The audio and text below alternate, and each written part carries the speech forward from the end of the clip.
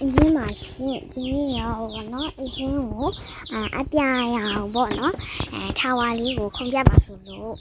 အရင်ခုံပြပါမယ်နော်နောက်ထပ်ခုံခိုင်းကြရှိလို့ရှင်လည်းရေးခဲ့လို့ရပါတယ်နော်အရင်စောက်ပြရနဲ့ခုံပြပါမယ်ဒါကတော့အရင်ကိုယ်တိုင်စောက်ထားတာပါမပေါ့နော်တိတ်တော့မလှပါဘူးရှင် sorry ပါနော်တိတ်မလှလို့ဒါလေးကတော့အရင်ကိုယ်တိုင်စောက်ထားရဖြစ်ပါတယ်ဒါထာဝါတစ်ခါဆောက်လို့ရှိရင်အချိန်အကြာကြီးပေးရတယ်ပေါ့နော်သူများတွေတော့မသိဘူးအရင်ကတော့နည်းနည်းကြာတယ်ပေါ့နော်စောက်က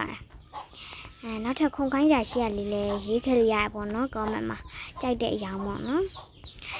အပြာကြီးပဲလားဒါမှမဟုတ်ပေါ့နော်အပြာနဲ့ဘာရောင်နဲ့ဆက်တာတို့ဘာတို့အဲ့လိုမျိုးလေးလဲခုံပြပါမယ်ပေါ့နော်အ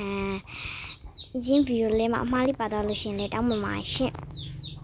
ထောင်လေးတိတ်တော့မလှပါဘူးဒီမှာပေါ့နော်ခုံလို့ကတော့ရှယ်ကောင်းတယ်ဒီလား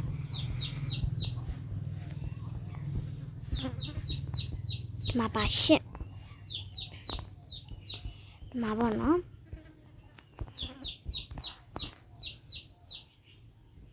ဒီမှာပါ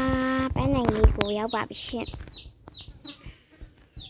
ဒီမှာပါရှင်ပန်းနိုင်မှာဆိုဒါကြီးရှိပါတယ်ပတ်ဆက်တွေလည်းအများကြီးပဲပေါ့နော် TV က3လုံးတောင်ပေးထားပါတယ်ကဲအားလုံးကိုကျေးဇူးအများကြီးတင်ပါတယ်နော်ဘိုင်ဘိုင်